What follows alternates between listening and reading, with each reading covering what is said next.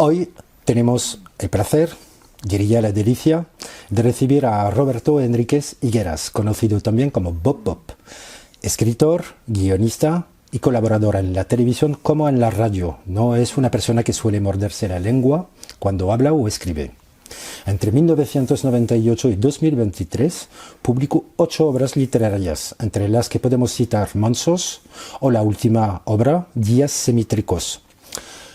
En televisión ha participado entre 2016 y 2021 al programa Leitmotiv con Buenafuente, pero sobre todo es con Maricón Perdido, su obra autobiográfica que llegó a tocar los cielos de varios continentes, entre ellos Francia, Alemania, Portugal, toda Europa Central y además América Latina y Estados Unidos, incluido además los países nórdicos. Bienvenido, Bob, a nuestro canal y gracias por recibirnos. A ti por querer venir. ¿Qué tal? Muy bien, muy contento. Fantástico. Vamos a empezar y me gustaría abordar un tema de actualidad contigo que evidentemente te imaginas que ocupa todos los titulares actualmente de los periódicos, que es el conflicto que hay ahora entre Israel y Palestina, porque Gaza pertenece a Palestina, no solamente Gaza, pero evidentemente lo que pasa particularmente en Gaza y evidentemente en Cisjordania. ¿Qué opinas de lo que está pasando con Israel ahí en Gaza? ¿Qué opino? ¿Qué siento? Es muy difícil separar mi opinión de mi sensación, y creo que además es uno de los males que nos invaden cuando asistimos al espectáculo de la realidad. Creo que estamos asistiendo por parte del gobierno israelí a una serie de crímenes de guerra, abusos de autoridad, un intento de genocidio salvaje, ante el cual, sobre todo, más allá del horror de las víctimas y el genocidio, es el estupor y el desconcierto y la decepción por ver que no hay una respuesta contundente por parte de lo que se consideran organismos internacionales garantes del orden mundial. Es decir, que la misma ONU que contribuyó a la creación del Estado de Israel está siendo muy laxa en sus acciones, en sus opiniones. Por otro lado, también tengo un problema con el territorio y Dios. Tengo problema con la creación de un Estado porque la mano de Dios les haya colocado allí. Claro, partir desde allí ya me parece complicado. También tengo un grave problema con la identificación entre terrorismo y un Estado. Es decir, asumir que Palestina es un Estado terrorista, que es lo que la opinión pública judía, sionista, trata de inculcar, me parece muy peligroso. Pero también me parece muy peligroso acercarnos, sobre todo desde España, que tenemos una tendencia a cierto rechazo hacia España.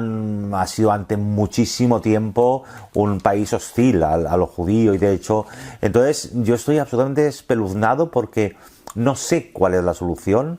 Creo que hay un culpable, y el culpable claramente en este caso es el Estado asesino de Netanyahu e Israel. Me parece que yo no puedo juzgar igual a un Estado supuestamente democrático que a un grupo terrorista. Y creo que estamos poniendo en la misma balanza lo mismo. Es decir, Hamás y el Estado de Israel, no. Hamás es un grupo terrorista por el que no siento ninguna simpatía, por el que puedo entender sus motivaciones, pero creo que precisamente en este último ataque de Hamás a Israel, lo que ha hecho ha sido el peor favor que le podía haber hecho a su pueblo palestino, si de verdad lo representa. Pero yo no puedo juzgar con la misma dureza a un Estado democrático como el de Israel que a un grupo terrorista como Hamás. Da un poco la impresión, continúo un poco sobre lo que estabas diciendo, ¿Sí? Da un poco la impresión que en particular los medios de comunicación hacen como si tenemos que elegir entre el Hamás y el extremismo de Netanyahu. O sea, dicho de otro modo, como si estaríamos cogidos entre dos extremos. No, pero da la impresión, no. El mismo Pérez Reverte lo dijo así en una entrevista. Es decir, utilizó esta frase terrible de los norteamericanos de es un hijo de puta, pero es nuestro hijo de puta.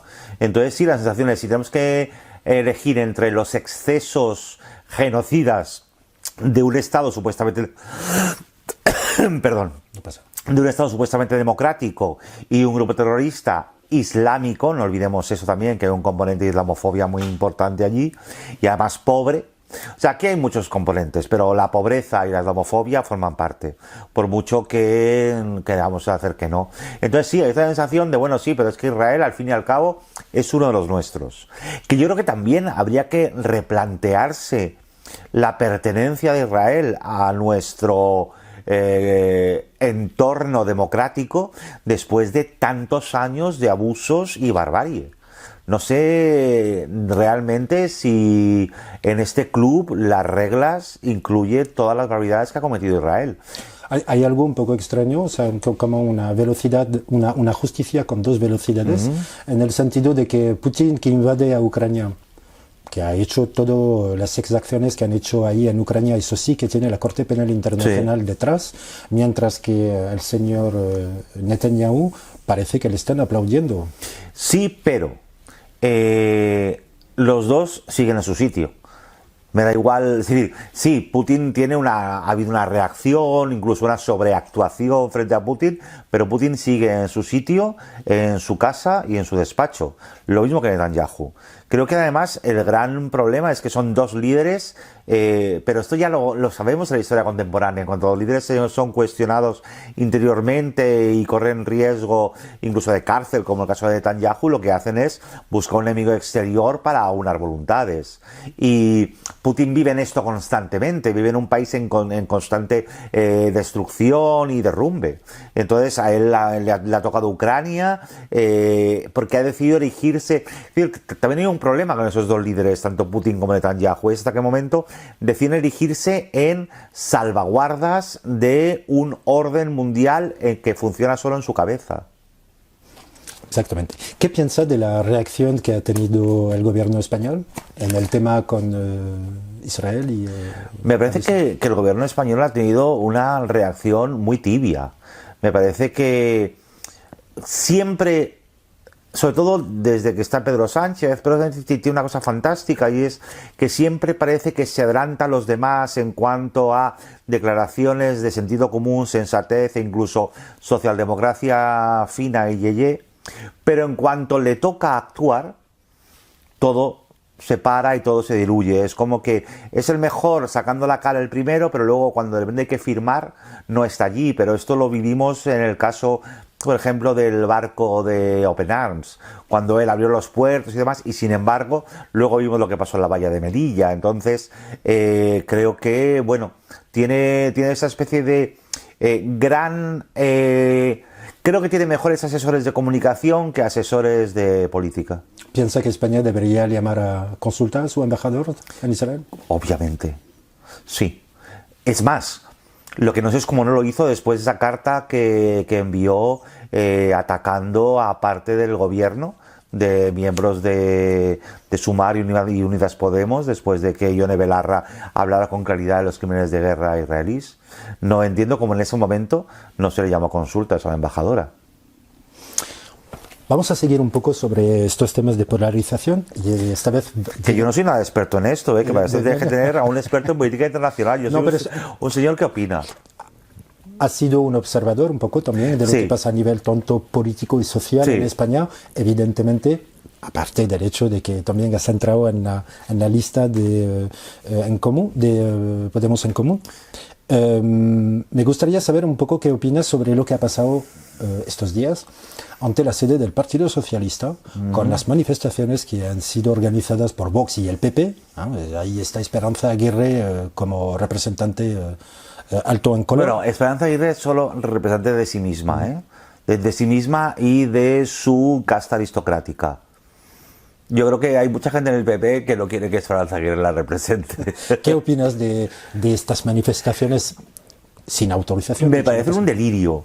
Y a la vez me parecen un delirio muy peligroso, no tanto para las manifestaciones, porque sabemos que estaban allí, sabemos que van a aprovechar cualquier oportunidad para hacerse notar y para mostrar su violencia. Hoy decía una cosa muy interesante Noemí López Trujillo, que es amiga y que le respeto mucho, que decía, ojo, que esto que estamos viendo no tiene tanto que ver con el territorio, con la amnistía, con la política, sino con esta cosa machirula del gorila que se golpea las pectorales, ¿no? A mí me parece que lo peligroso de estas manifestaciones sin permiso es cómo reaccionar ante ellas. Y además me parece que hay una cosa paradójica, y es que ellos están protestando contra una supuesta amnistía que aún no se ha firmado, ni ha pasado por el Parlamento, ni nadie conoce nada. Están protestando frente a la sede de un partido político, pero en el fondo están emulando un poco lo que ellos tanto criticaron en la época del procés catalán, cuando el pueblo se iba a la calle a protestar, y en este caso sí sabían por qué protestaban. Y lo interesante es que yo el otro día hablaba con una amiga y decía, a ver si con la tontería de haber quitado la sedición como delito, de repente los que se van a beneficiar de eso van a ser los fachas rebeldes callejeros y no les vamos a poder empapelar como sediciosos. Es un cuchillo a doble filo, ¿no? Exacto. Con estas manifestaciones, y ahí voy a hacer referencia y hacer un poco de memoria, pero cuando veo estos comportamientos estos días delante de la sede del PSOE, me recuerda muchísimo a lo que pasó en los Estados Unidos con Trump. Sí.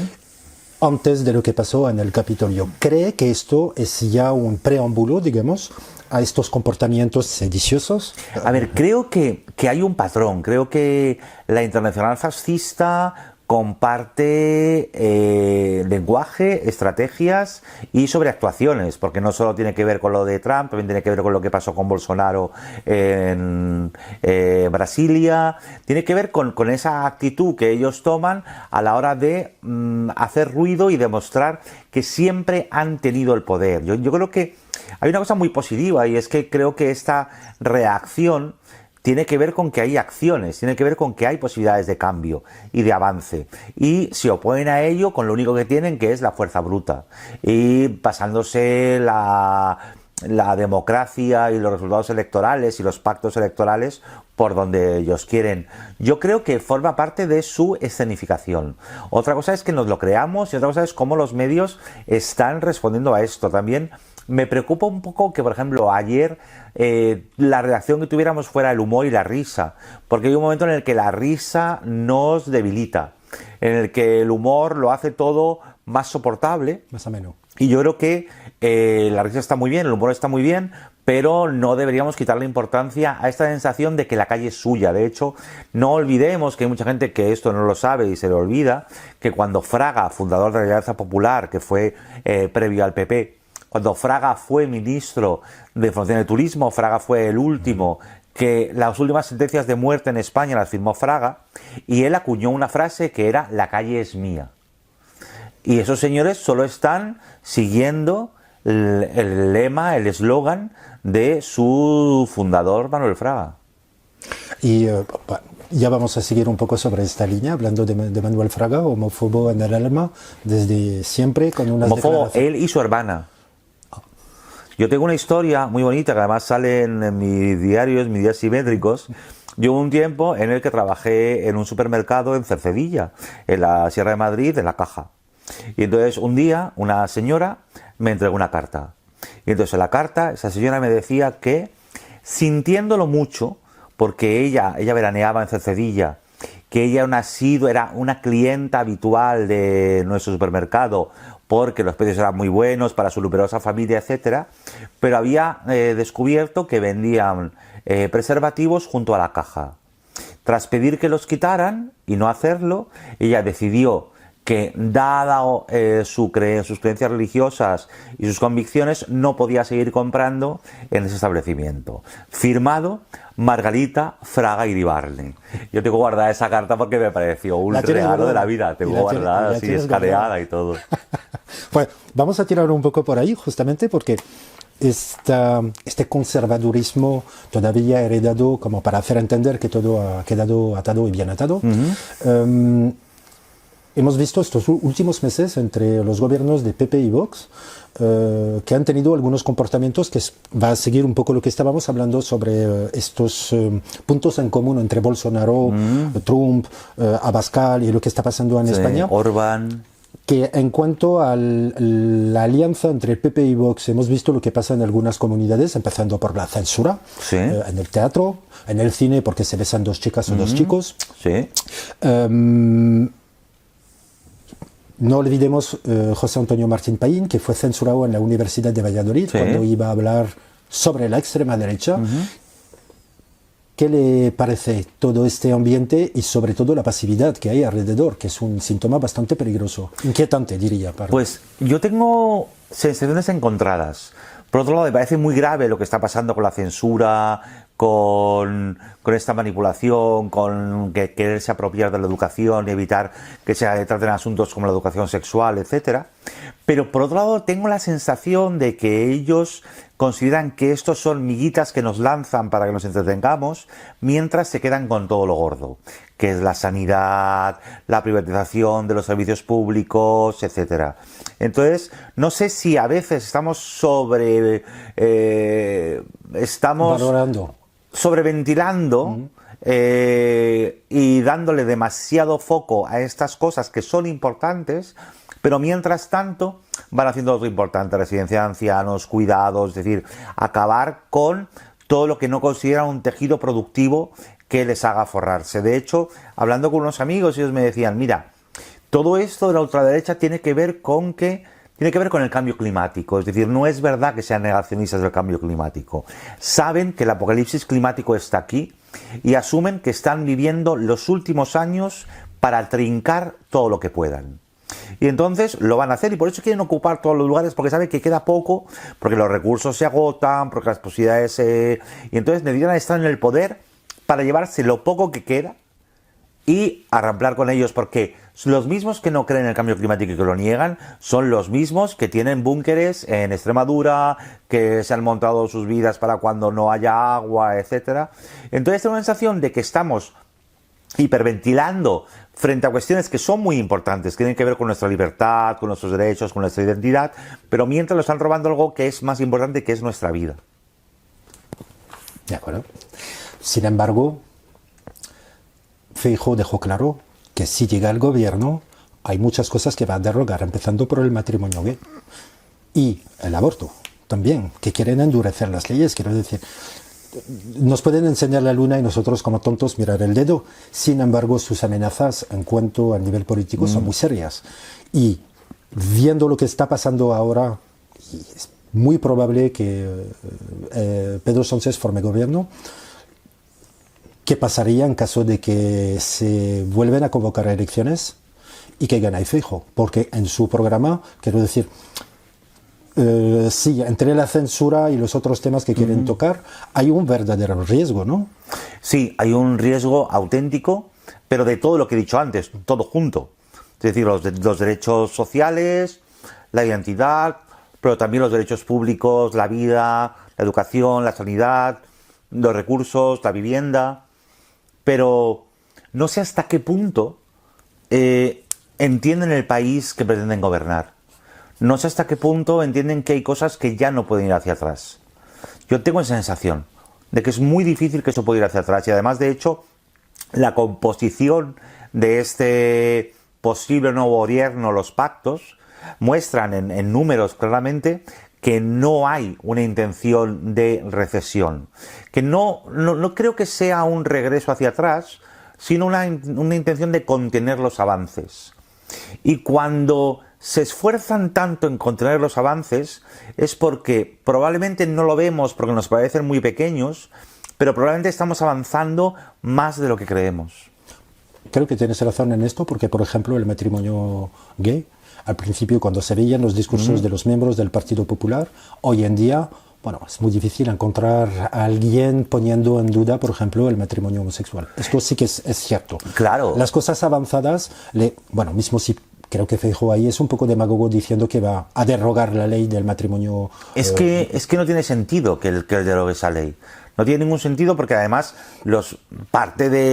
hay miembros del PP que se han casado con personas de su mismo sexo, con lo cual no tendría ningún sentido porque si de verdad fuera una estrategia tan clara, pero sí que les sirve mientras para ir haciendo. Pero me preocupa más, por ejemplo, lo que pretende hacer con la ley trans, sobre todo porque no han entendido en qué consiste la ley trans, no han entendido en qué consiste evitar el sufrimiento, el padecimiento, el estigma de un montón de gente. Pero me preocupa también muchísimo qué pasa con los cuidados, qué pasa con la atención a personas dependientes, qué pasa con la vivienda, que es un drama absoluto. Entonces, yo creo que el gran problema es que la izquierda, esta izquierda verdadera, siempre nos quejamos de que en realidad el gobierno del PSOE es una cosa como socialdemocrática, flojita, leve, y queremos mucho más. Pero el gran problema de la llegada de las ultraderechas es que todo eso va a desaparecer y al final sentiremos nostalgia. A mí me ha causado curiosidad y un poquito de estupor cómo en la última campaña electoral se ha reivindicado a Zapatero. Que salimos a la calle con el 15M con Zapatero. Que Zapatero fue un señor que decidió meter en la Constitución con alevosía una cláusula para la deuda, es decir, que contribuyó en mucho al gran tiempo de lo que hablábamos antes, ¿no? De esta palabra que de pronto se me puso otra vez de moda perversa, que fue lo de ser austeros, ¿no? A esa austeridad también contribuyó él. Es verdad que era estado por Europa, etcétera. Y de pronto Zapatero en la última campaña electoral se convirtió como en la gran esperanza de la izquierda. Entonces, claro, mi gran problema es que cuando llegue la derecha y haga lo que ha prometido hacer, aunque no lo haga todo, al final veamos lo que está haciendo la izquierda no como un poco de todo lo que se podía haber hecho, sino que acabemos pensando que no se puede hacer más, que eso es lo máximo. Y para mí lo peor de un gobierno de las derechas y las ultraderechas es que rebajemos la expectativa de lo que podemos hacer. Pero siempre tengo la sensación de que cuando gobierna la izquierda siempre funciona contra un sistema que no está hecho para que gobierne la izquierda. Y cuando gobierna la derecha está encajada en un lugar que han preparado para eso. Todos los mecanismos funcionan perfectamente. Es decir, el Consejo General del Poder Judicial, en cuanto llegara el PP y Vox al poder, no habría ningún problema y todo funcionaría como una seda. Y sin embargo, aquí llevamos 8 años con él paralizado. De modo que esta sensación de que van a derogar, sí, pero también creo que ese sistema en algún momento, y además, de hecho, creo que las ultraderechas no están, ni siquiera el capital está tan unificado como lo ha estado otras veces. Y de hecho, creo que después de la crisis del COVID y cómo se comportó Europa, algo pasó. No quiero decir que vayamos a tomar el Palacio de Invierno, pero sí creo que hay cosas que han pasado y que hay gente que desde su privilegio y su poder está entendiendo que a lo mejor es más cómodo abrir un poco la posibilidad, libertades, de tenernos un poquito contentos para que no demos demasiada guerra. No, para que no explote, ¿no? Exacto. Ahí, justamente, en este sentido, hay algo muy particular en España, y últimamente fue Argentina, donde la extrema derecha ha sido frenada, donde aquí los medios de comunicación habían dicho que ya está, o sea, sorpasó, o sea, en breve. Y pasó exactamente la misma cosa en Argentina. Y hay un punto común entre estas dos derrotas de la extrema derecha, que es el voto femenino. Sí. Piensa que justamente el movimiento feminista, del cual España, digamos que es el faro hoy en día, mundial, sí, sin duda para mí, y siendo francés, sí. Piensa que el feminismo va a poder limitar, poner un bozal, lo voy a decir así, sí, a la extrema derecha. Yo creo que sí, y creo que además, yo estoy de acuerdo contigo, me parece el gran movimiento transversal que lo puede cambiar todo. Y que sobre todo, y además yo creo que desde España se ha hecho un feminismo muy interesante, porque se ha hecho un feminismo que mezclaba lo académico, que en muchas ocasiones se ha pensado que era simplemente una ida de cabeza, eran teorías, no, se ha mostrado, se ha cambiado el paradigma. Es decir, yo creo que la ley del solo es sí en España es un cambio brutal de paradigma, que hemos entendido un montón de opresiones y un montón de cosas que al final se asumían como siempre ha sido así, siempre nos hemos aguantado. Bueno, pues hay un momento, y desde luego me parece fantástico, se acabó. Hay un momento en el que ahora se acaban. Y me parece muy interesante, fíjate, además, por ejemplo, la ultraderecha en algunos países de Europa, como Francia, como Suiza, como Holanda, se ha apoderado de parte del movimiento LGTBI, incluyendo a personas, por ejemplo, el segundo de Le Pen es un mítico militante por los derechos gays, pero en cambio es imposible que la ultraderecha se haga con el feminismo. Y creo que en eso, y de hecho, creo que el feminismo y el poder del feminismo ha hecho mucho más diverso y mucho más interesante al colectivo LGTBIQ+. Creo que estamos aprendiendo, igual que aprendimos en su momento, porque si alguien llevó adelante el movimiento LGTBIQ+, fueron las mujeres lesbianas, y feministas. Creo que ahora nosotros, dentro del colectivo, estamos mirando también hacia ellas, entendiendo que todo eso que están diciendo que tiene que cambiar y que va a cambiar, y que las cosas no tienen por qué ser como siempre nos han dicho que eran, porque el patriarcado lo imponía, va a cambiar. Y de hecho, yo creo que el feminismo está haciendo algo también muy importante, que es abrirnos los ojos ante lo que durante mucho tiempo en el mundo, dentro del movimiento LGTBIQ+, ha sido el homopatriarcado. Como dentro de las siglas LGTBIQ+, la única que sobresalía era la G, porque eran blancos, ricos, consumían y ocupaban los poderes y eran más fáciles de integrar dentro del sistema. Entonces sí, me parece que el feminismo, y el feminismo español especialmente, puede y debe cambiar un montón de cosas, y creo que lo está frenando. ¿Qué opinas de lo que pasó en el caso Rubiales y las reacciones posteriores? Me parece que lo que pasó con el caso Rubiales es que, y me interesó mucho porque él no fue consciente de que su privilegio había terminado. Él pensó que todo seguía como antes, porque cuando vives en la coraza de la defensa frente a un mundo que se tambalea, te conviertes en una persona paranoide, encerrado en ese mundo que quieres que siga, solo te rodeas de gente que te digan no pasa nada, todo sigue igual, tú sigues ahí, eres poderoso.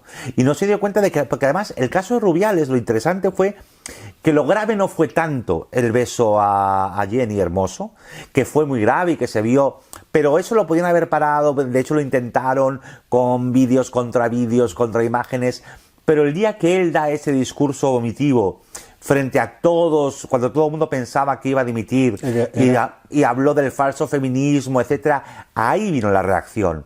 Porque fue, no se ha enterado de nada y realmente está agarrándose, ni siquiera pidió disculpas, entendió que nada había cambiado.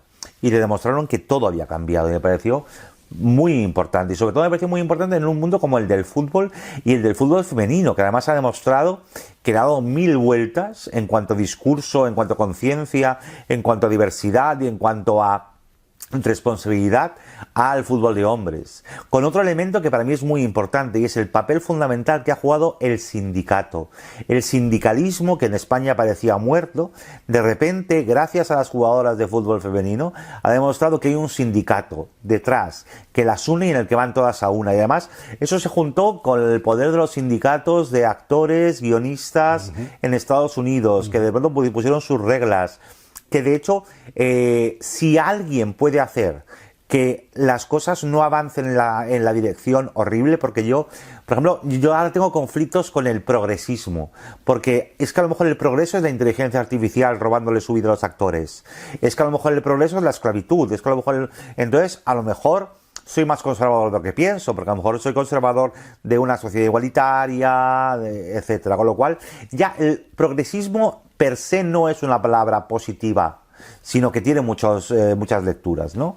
Y me parece que de repente, o sea, que los actores de Hollywood, que son señores que ganan muchísimo dinero y muchos otros no, pero que hay una caja de resistencia, por lo cual porque cualquiera, si quiere trabajar en Estados Unidos, aunque sea Robert De Niro, tiene que estar en el sindicato. Y entonces ellos se encargan también de que esa caja de resistencia sirva para que muchos actores que trabajan menos, pero ¿por qué tienen que acabar la huelga los actores? Por algo tan importante como el sistema de salud, el seguro de salud público. Porque si ellos están un determinado número de días sin trabajar, pierden su seguro de salud.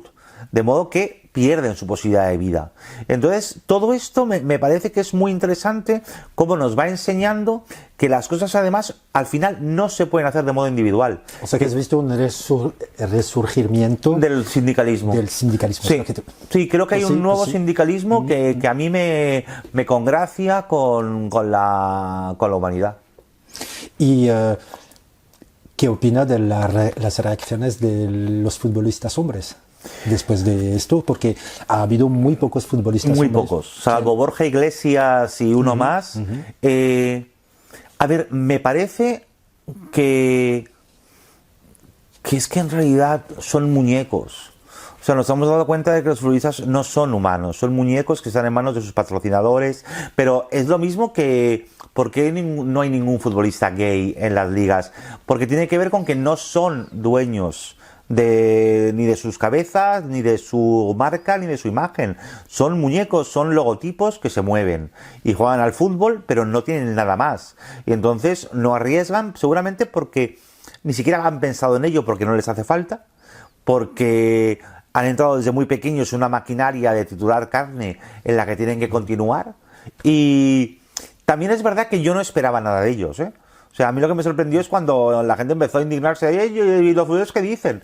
Pues lo que han dicho siempre, o sea, que han dicho contra el problema de la desigualdad social, con la necesidad de conseguir una vivienda a un precio accesible, con todo, nunca se han manifestado respecto a asuntos sociales. Entonces, ¿por qué van a hacerlo ahora? Y además, ¿por qué van a hacerlo frente a mujeres que para ellos son simplemente un complemento más en su look de moda? Sin embargo, veo que, por ejemplo, me acuerdo que hace unos meses unos futbolistas colgaron una fotografía en Twitter de estos chicos que salieron con una fotografía solamente con un bolso en la mano.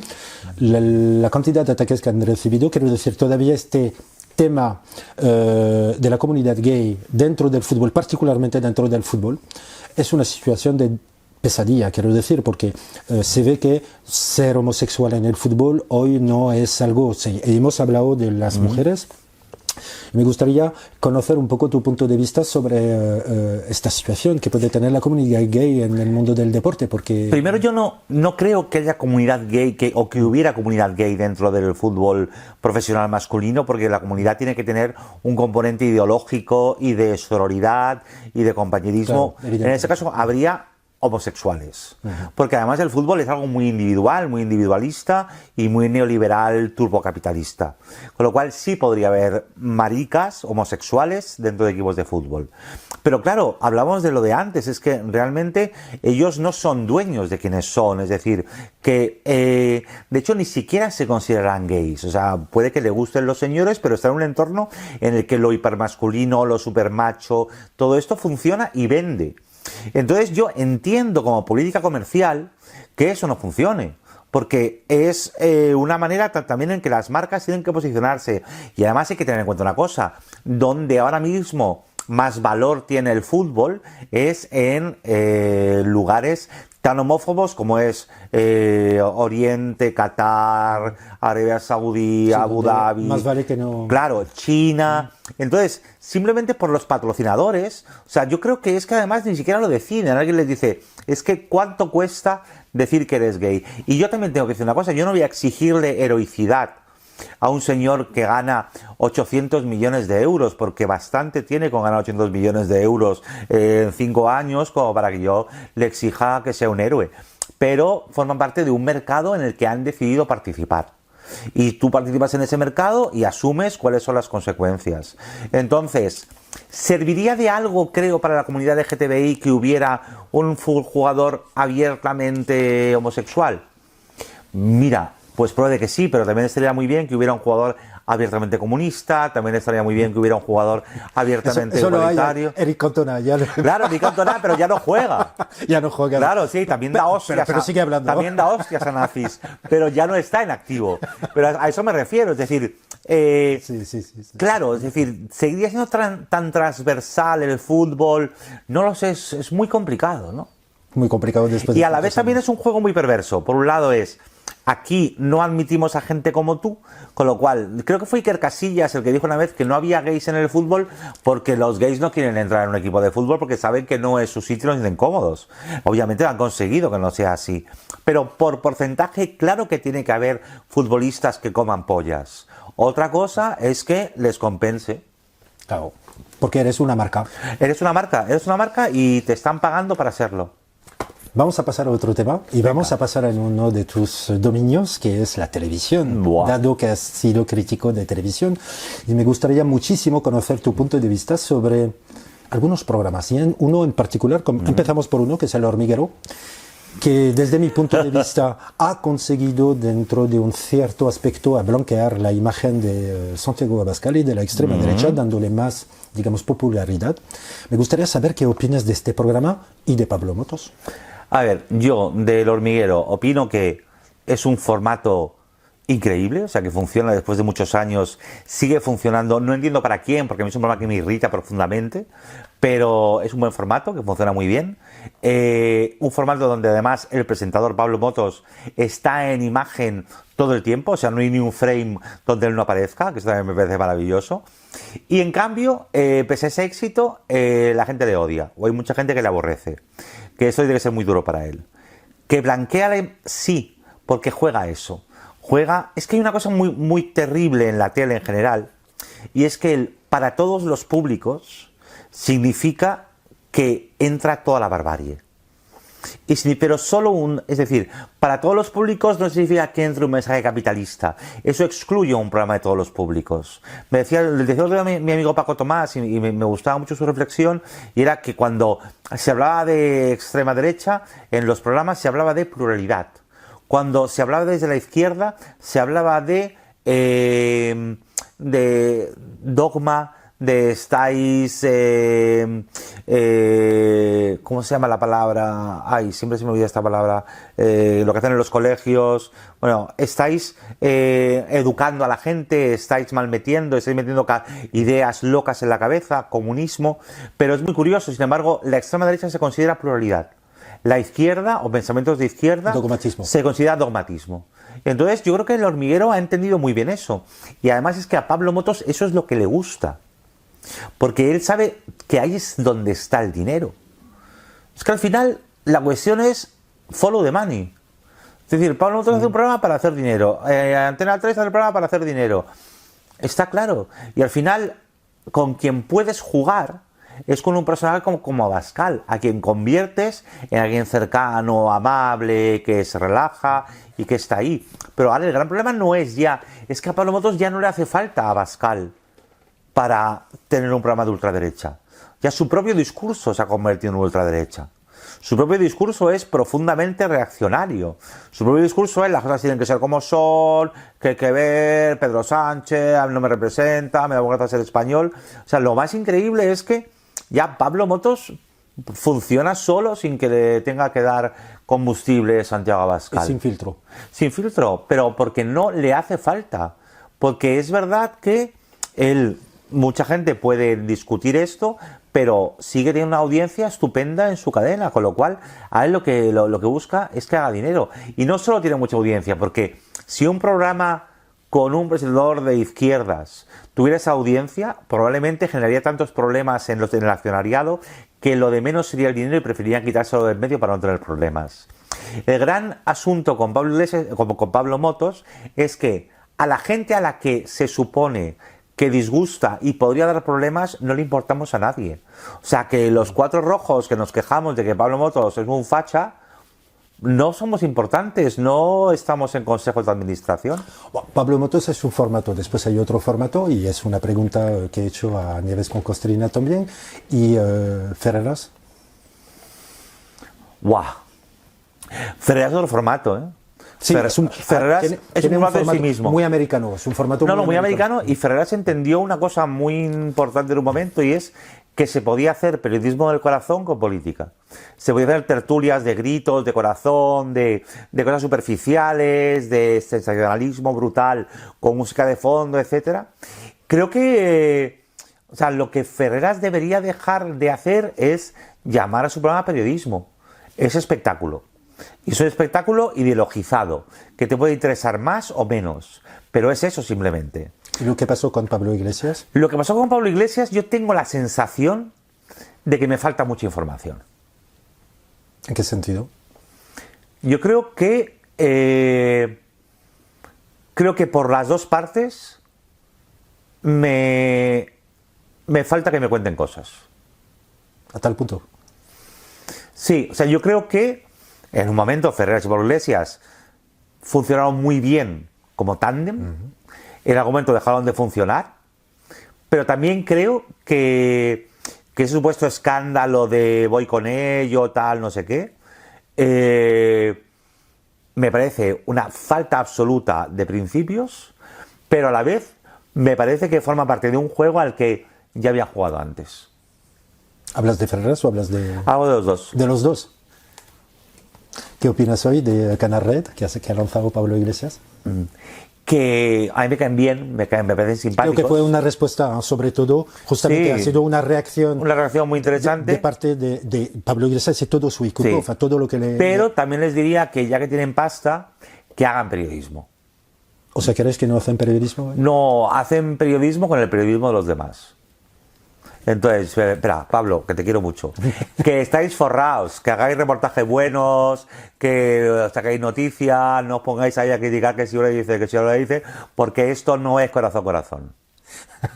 Bueno, vamos a seguir un poco sobre la televisión. Y ahora es en este mundo que parece ahora hay que ser influencer o youtuber o no sé qué, cada cual cree que tiene la obligación de decir lo que piensa. Y últimamente la televisión en España tiene mucha influencia en la sociedad. Y cuando veo a un personaje como Vaquerizo salir en un programa de televisión, soltar, hay que contaminar, mientras que estamos todos intentando hacer tomar conciencia sobre lo urgente, lo que hablábamos antes, y vemos este tipo de personaje llegar a la televisión soltando este tipo de discurso. ¿Qué opinas de esto? Mira, y que lo dejen, sobre todo a mí lo que me molesta es que le dejen decir. No, que le dejen y que le paguen. Claro. A ver, yo tengo mucho que decir. Y primero, uno de los grandes logros en mi vida es que Mario Vaquerizo ha dejado de dirigirme la palabra. Que Mario Vaquerizo saluda a todo el mundo y he conseguido que ya me vea y me aparte la cara, con lo cual yo digo, algo he hecho bien en la vida. Por otro lado, yo tengo sentimientos encontrados porque cuando veo a Mario Vaquerizo en el programa de Ana Rosa, pienso, es que a lo mejor Mario Vaquerizo sí que ha entendido la tele actual, sí que ha entendido que es absoluta banalidad, que da igual lo que digas, que cuanto mayor burrada mejor y que esta tele tradicional se viene abajo y que es ya algo puramente marginal y que lo que hay que hacer es hundirla un poquito más y yo creo que él está contribuyendo a su hundimiento. A mí me parece que Mario Vaquerizo como violín en playback de la orquesta del Titanic de la televisión actual es perfecto. Y creo que a lo mejor él sabe de la tele cosas que los demás solo intuimos. Pero entiende que la tele no importa, que ya da igual lo que digas. Me parece un denominador común entre varios personajes y les junta a todos la movida madrileña. Hablo de Victoria Abril, que negó lo del COVID desde París.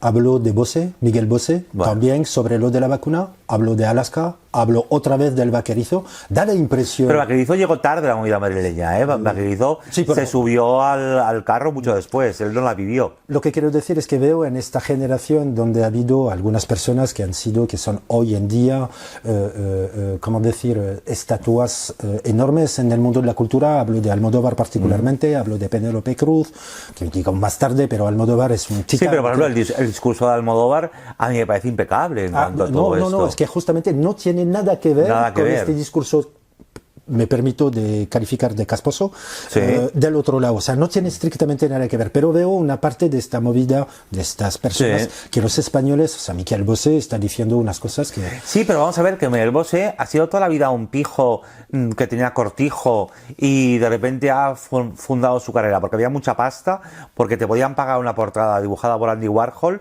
y porque te has empezado tu carrera musical imitando a David Bowie mal. Pero encontró su nicho de mercado. Pero porque venía de un entorno, vamos a ver, si en tus padrinos de bautismo han sido Picasso y Cocteau, y tu vida, al final tu carrera musical ha sido esa, hostia, qué frustración. O sea, yo entiendo que él se siente un poco frustrado. Claro, evidentemente. Y justamente volviendo, porque me doy cuenta de una cosa que al final hemos hablado de futbolistas, hemos hablado de periodistas, hemos hablado ahora de artistas. Al final llegamos a la misma conclusión. No puedes meter a Mario Vaquerizo como artista. No, Mario Vaquerizo es sobre todo un empresario de sí mismo. Sí, pero al final es un poco el estribillo que estás diciendo, lo que estabas diciendo, ¿no? En el sentido de que por la pasta. Claro. Pero porque a lo mejor es lo que hablábamos de lo del apocalipsis climático, es que están asumiendo que es last season for trinket. Debería ser una camiseta que debería llevar. Dijo, hace poco dicho esto, que le hubiera encantado ver en una misma fotografía a Irene Montero y Yolanda Díaz. Y Ada Colau. Dije las tres. Las tres, y Ada Colau, claro, evidentemente. ¿Qué le pasa lo que está pasando hoy? Porque vemos un enfrentamiento un poco... Yo no lo entiendo de verdad, ¿no? Yo no lo entiendo. El trabajo de Yolanda Díaz de un lado ha sido... No podemos decir excelente, pero ha sido un trabajo laborioso y lo ha hecho. Irene Montero exactamente igual, Ada Colau también igual aquí en Barcelona. ¿Qué le parece un poco este ambiente? O sea, yo tengo la sensación, yo constantemente tengo la sensación de que me falta información y me sobran estímulos para que opine lo primero que me pase por la cabeza. Pero en el caso de Yolanda Díaz y Irene Montero, yo defiendo muchísimo el trabajo de las dos. Creo que Irene Montero ha sido una ministra increíble de igualdad, y creo que lo que ha hecho con el feminismo y con el colectivo, así, pero culturalmente, es decir, creo que ha cambiado el paradigma de un país, y eso es muy difícil que un político lo haga. Y creo que tiene que ver más con cuestiones internas de aparatos políticos. Y ahí yo ya no puedo entrar, porque entiendo que eso tiene que ser muy complicado. Y entonces, creo que se han mostrado para afuera, han pretendido, por un lado, atacar a Irene Montero, que la han destrozado. Por otro lado, encumbrarla como si ella representara todo el feminismo, que eso tampoco le beneficia.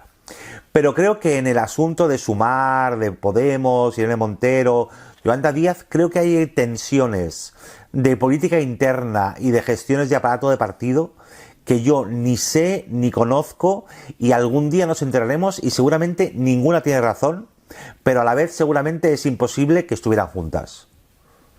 Pero por cosas que no sabemos. ¿Cree que Irene Montero debería seguir el Ministerio de Igualdad? Sí. Vamos a pasar a otro tema. También te digo, puede seguir como ministra o puede seguir como... O sea, es que yo creo que Irene Montero tenía que estar más allá de un... O sea, creo que debería ser una asesor. Creo que... ¿La ONU? No, incluso en un gobierno, es decir, si un gobierno tuviera de verdad aspiraciones feministas, Irene Montero debería ser una consultora transversal de todos los ministerios. A mí eso me encantaría verlo. Completamente de acuerdo. Pero esa figura no existe. Quiero abordar un tema ahora que pasamos a otro tema completamente. Salimos de la política, o volvemos un poco a la política, pero vamos a hablar un poco de este gobierno, y quiero hablar particularmente del ministro Ábalos, ministro de Asuntos Exteriores, porque hay actualmente en Polonia un periodista español, se llama Pablo González, que está ya desde más de 18 meses ya en la cárcel, en el que he visto que algunos medios de comunicación, La Marea, Infolibre, El Salto, Público, El Diario.es, particularmente estos medios de comunicación, sí que han escrito sobre la situación de Pablo González. Por contrario, los otros periódicos, cojo por ejemplo El País, El Mundo, ABC, son periódicos que, bueno, no han querido acercar un poco el tema de Pablo, que está ahí encarcelado, del cual no hemos visto ni una sola prueba de lo que se le acusa. Pero mientras tanto el gobierno español está ahí me da la impresión que está de brazos cruzados. Y es un periodista español que está ahí en una situación un poco de indefensa. ¿Qué opina de esto, de esta situación? Hay veces una situación terrible. Primero porque hay un tipo en la cárcel, un periodista, 18 meses metido en la cárcel, que no tengamos información. Y por otro lado, creo que es el síntoma de algo muy contemporáneo. Y es que de repente no recibe apoyos, porque es como si alguien nos estuviera diciendo: cuidado, no saquéis la cara por este tío, que lo mismo tiene ahí una cosa oscura.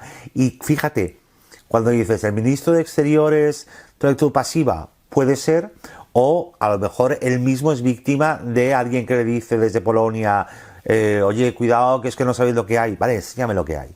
O sea, yo creo que todo está funcionando para que la vida de un tío se esté yendo a la mierda, metido en una cárcel polaca, que además recordemos que Polonia ha sido condenada por la Unión Europea varias veces por no respetar los derechos humanos de sus presos, que no se nos olvide eso, y por juicios y sentencias muy irregulares. Pero creo que ahí ha funcionado esto de: uy, algo habrá hecho, uy, cuidado, no demos la cara. Pero de repente no hay nadie a que de verdad le interese esto.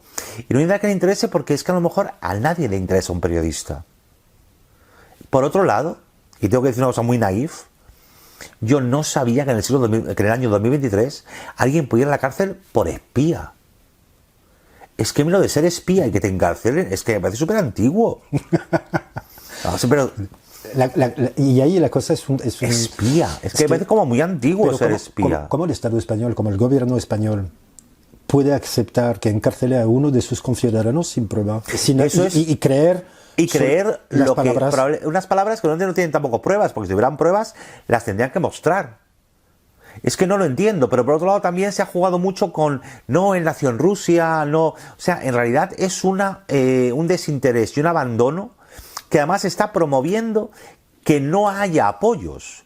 Porque si el mismo gobierno no lo apoya, esa sospecha y ese miedo que tiene el periodismo de dar la cara o de levantar un caso sobre algo que luego le puede estallar, se está generando. Y yo creo que aquí el gobierno está siendo muy irresponsable, porque sería tan fácil como que dijeran, mira, ese señor está condenado por esto, por esto y por esto, y no podemos hacer nada, y lo podemos a manos de la justicia. Pero es que no hay nada. Hay el silencio, y es un silencio además tóxico.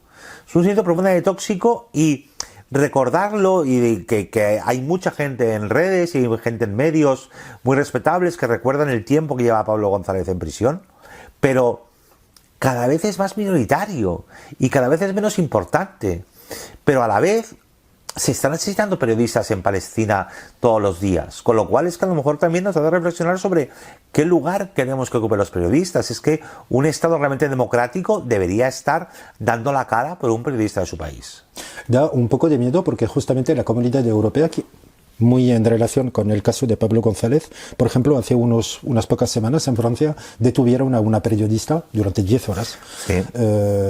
Salió por la protesta. Una de las cosas que no he visto aquí, salió a las 10 horas porque ha habido tal protesta a nivel internacional que la han tenido que soltar por haber investigado el comportamiento del ejército francés en relación con el ejército egipcio, ¿no? Sí. Y vemos también, porque Polonia es un país europeo y España es también un país europeo, y no hemos podido sacarlo de ahí. Me resulta muy complicado y muy duro de entender. Quiero decir, Pablo González hubiera podido ser desplazado en España, Claro. encarcelado aquí con las pruebas que tengan, Sí. y pasar delante de un tribunal. ¿Cómo se hace que nadie haya presionado tanto para que esto salga a la luz? Es que a mí incluso me ha dado por pensar, pero porque tengo una cabeza que tiende a la ficción, que Polonia quiso usar a Pablo González para presionar al gobierno español para algo, y que el gobierno español ni siquiera se dejó llevar por esa presión. Yo llego a pensar ese disparate, porque me parece todo tan absurdo que yo empiezo a pensar como en confabulaciones, sí, o en conspiraciones. Claro, ya me lleva a la macroconspiración, que yo creo que es otra cosa en la que estamos muy inmersos. Nos falta tanta información que la suplimos con conspiraciones. Perfecto. ¿Cuál es tu próxima obra? ¿Teatro, cine, libro? Pues libro y teatro. Libro y teatro. Para la próxima primavera tendré un nuevo libro, un nuevo ensayo, del que no puedo decir más cosas, y un nuevo monólogo teatral. ¿Y serie? Y serie... Dado el éxito que has tenido. Creo. De momento la industria no está muy receptiva, vamos a esperar a que lo esté. Yo asumo que Maricón Perdido fue un error del sistema. Me colé, la coloqué. No puede ser que está en todo el mundo, no puede ser un error. Y entonces vamos a ver si les vuelvo a engañar. Fantástico. Pues Bob, muchísimas gracias. Gracias a ti, ha sido un placer. Un gusto. He dicho muchas barbaridades, la gente me va a matar. No, van a ir a por nuestro canal. No podré ir a Polonia nunca. Pues estás invitado en Toledo. Bueno, encantado de ir a Toledo. Un gusto. Un abrazo muy fuerte, muchísimas gracias. Gracias, tío.